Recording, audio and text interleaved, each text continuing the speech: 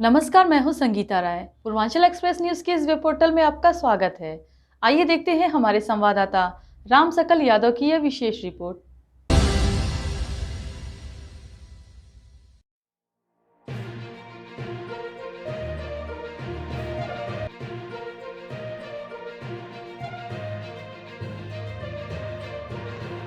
आजमगढ़ सनातन संस्कृति पर कुठारघात और अल्पसंख्यक के नाम पर जो देश को लूटा जा रहा है, अपने ही देश में हिंदुत्व की सरकार कहने वाले राजनेता जयेंद्र सरस्वती, नित्यानंद जी महाराज, कृपालू महाराज, प्रज्ञा सिंह ठाकुर, जो हिंदुत्व के प्रखर सनातनी की रक्षा सुरक्षा में लगे हुए उनके हित का काम कर रहे थे, उन्हीं पर यहाँ की सरकारें षड्यंत्र करके उनको जेल में डाला और भी कई जो सनातनी संघ हैं उनको जेल में रखने का काम किया जा रहा है। गौ गंगा, गीता, गायत्री और संतों पर हो रही अत्याचार पर अंकुश लगाने के लिए सनातन संस्कृति रक्षा दल उनके मंसूबों को कामयाब नहीं होने देगी।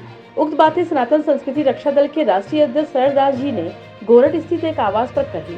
उन्होंने आगे कहा कि गौ गंगा गीत संतों पर हो रहे अत्याचार और सामाजिक आर्थिक मुद्दों के राष्ट्र हित को संकल्प लेते हुए आगामी लोकसभा चुनाव 2024 में कई राज्यों में प्रत्याशी उतार रहा है। इस अवसर पर मनोज कुमार यादव, उत्तर प्रदेश प्रभारी डॉक्टर अजीत कुमार पांडे, जिला अध्यक्ष आजमगढ़ राजेश राम प्रत्याशी लालगंज आजमगढ़, इंजीनियर महेंद्र प्रसाद स्वामी, हरिहरानंद जी महाराज, राष्ट्रीय प्रवक्ता उपस्थित हैं। जय सनातन, जय सनातन, जय हिंद, जय भारत। मेरा परिचय है, ओम गुरु चरण दास नाम है। मैं प्रयागराज का रहने वाला हूं और सनातन संस्कृति रक्षा दल अपनी पॉलिटिकल राजनीतिक पार्टी है और 1 जनवरी 2013 को रजिस्टर्ड हुआ था और उसके राष्ट्रीय अध्यक्ष हैं। ठीक है, उद्देश्य अपना ये है कि अभी जितनी राजनीतिक पार्टियां हैं, कांग्रेस, बीजेपी और भी, इन लोगों को देखा गया कि देश में मतलब ये लोग सब कुछ कहते तो हैं चुनाव के समय में, लेकिन देश की जैसी स्थिति है, गीता, गंगा, गौ, गायत्री, संत महात्माओं पे सब पे अत्याचार ही हो रहा है और मतलब महंगाई चरम सीमा पे है, बेरोजगारी चरम सीमा पे है। इन सारी चीज़ों को देखते हुए हम जबकि संत समाज से हैं, भगवान के भक्त हैं, गुरुओं के भक्त हैं, गुरु की सेवा, गौ माता की सेवा करना हमारा बहुत पुराना सेवा रहा है। तो मुझे इन मतलब देश की, राष्ट्र की पीड़ा को देख करके अभी राजनीति में आना पड़ा और अपने सारे संगठन के साथ मतलब 2013 में हमारी पार्टी रजिस्टर्ड हुई। 2014 में चुनाव भी लड़े थे, उत्तर प्रदेश से, देखिए बनारस से, प्रयागराज से, आजमगढ़ से, अमेठी से, रायबरेली, प्रतापगढ़, 5-6 जगह से। उसमें पहली बार हमने लोकसभा का चुनाव लड़ा। इसके बाद कंटिन्यू हम चुनाव मैदान में हैं। हर मतलब स्टेट का होता है मुख्यमंत्री वाला, तो उसमें भी महाराष्ट्र से चुनाव लड़ा, झारखंड से लड़ा, उत्तर प्रदेश में तो है ही हैं, दिल्ली से भी लड़ते हैं और 2019 में भी हमने कई राज्यों में, महाराष्ट्र, उत्तर प्रदेश और आपके झारखंड, बिहार, दिल्ली, कई राज्यों में उस समय भी चुनाव लड़े।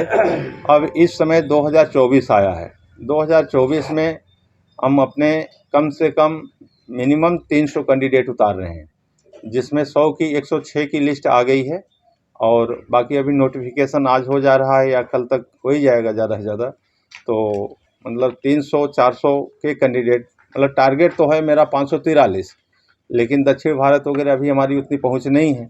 उत्तर प्रदेश, बिहार, राजस्थान, मध्य प्रदेश, छत्तीसगढ़ और इधर झारखंड, उड़ीसा और यही आसपास के दिल्ली और आपके पंजाब, उत्तराखंड, उत्तरांचल, हरियाणा, इन सब सारी जगहों पे हमारा अपना मतलब संगठन है। तो इन सब को ले करके लगभग 300 से 400 सीट पे हम चुनाव तो पक्का लड़ा ही लेंगे। जीत हार तो भविष्य के हाथ में होता है। अब यह नरेंद्र मोदी जी जैसा हम तो कह नहीं सकते कि 400 पार है। अब वो 400 पार किस सेटिंग से कहते हैं वो तो भगवान जाने। ईवीएम में काफ़ी सेटिंग की संभावना है कि सेटिंग होती है, और क्या होती है तो वही जाने। निर्वाचन आयोग से संबंधित उनका जो भी अपना चल रहा हो, तो काफ़ी जनता में यही जागरूकता है कि ईवीएम की सेटिंग है, तभी इनकी 400 पार कहने का अभी का कोई लक्ष्य नहीं होता है अभी बोलना। वो तो भविष्य के अर्थ में आप अपने जितने काम किए होंगे देश में, उस हिसाब से आपको वोट मिलेंगे। 400 पार कैसे कर सकते हैं। तो इसलिए अभी हम कैंडिडेट उतारने का 400 तक आशा करते हैं, और जीत तो भविष्य की बात है। जनता क्या करती है, जनता जनार्दन है, जिसको चुनाव में जिताएगी वो जीतेगा और सेवा करेगा। प्रत्याशी बना रहे हैं और मोदी के खिलाफ बना सकते। देखिए, मोदी जी के खिलाफ न कहा करिए, क्योंकि यह बात बड़ा अजीब लगता है हमको, क्योंकि वहाँ केवल मोदी जी ही तो चुनाव लड़ेंगे नहीं, कम से कम 15-20 प्रत्याशी होते हैं। तो 15-20 प्रत्याशी होते हैं, उसमें मोदी जी भी शामिल होते हैं और हम भी शामिल होते हैं, और हम वहाँ से खुद कैंडिडेट हैं। मैं राष्ट्रीय अध्यक्ष हूँ और बनारस से खुद कैंडिडेट हूँ, और आजमगढ़ से अभी ऑप्शन में है 2 कैंडिडेट हैं। राजेश राम, हाँ, लालगंज से एससी सीट है, लालगंज से, वहाँ से राजेश राम है। अभी आजमगढ़ से 2 लोग हैं, अभी जैसे मनोज जी भी हैं और राधे मोहन जी हैं। अब इसमें हम लोग थोड़ा आपस में सेट करके फाइनल कर लेंगे नोटिफिकेशन के बाद कि किसको चुनाव लड़ाना है। हाँ, लेकिन रहेंगे अपने मतलब सेंटर के ही लोग आजमगढ़ में।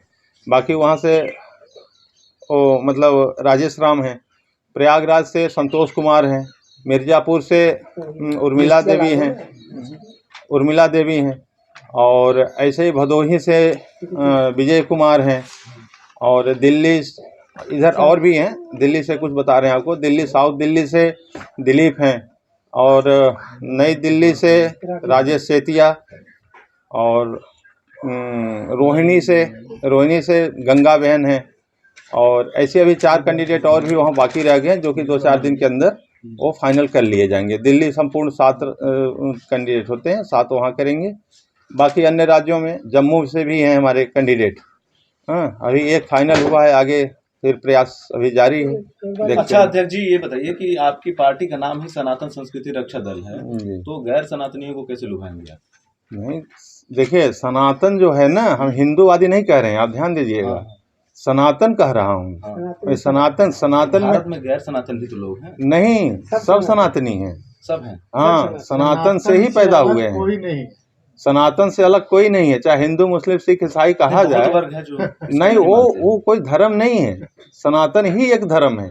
बाकी हिंदू मुस्लिम सिख ईसाई जितने भी हैं ना, ये पंथ हैं, मत है अपने। हाँ, मत है, पंथ है, इस ढंग से बोल सकते हैं, संप्रदाय बोल सकते हैं। हाँ, जैसे कि जैन धर्म है, ये संप्रदाय धर्म नहीं है। पंजाब है, पंजाबी लोग हैं, हाँ, गुरु नानक देव, ये संप्रदाय हुआ। क्या एजेंडा रहेगा? एजेंडा हमारा देखिए, सर्वप्रथम तो ये है, पहला एजेंडा है मुख्य आवश्यकताओं की पूर्ति को सर्वप्रथम प्राथमिकता देगी। जैसे शिक्षा, जल, चिकित्सा, भोजन, आवास, रोजगार, बिजली। राष्ट्रीय सुरक्षा के लिए पार्टी के कार्यालय में योग्य योजनाएं लागू की जाएंगी। जो पढ़े लिखे या डिग्री धारक हैं, उनको रोजगार मुहैया करवाया जाएगा तथा स्वरोजगार के लिए अवसर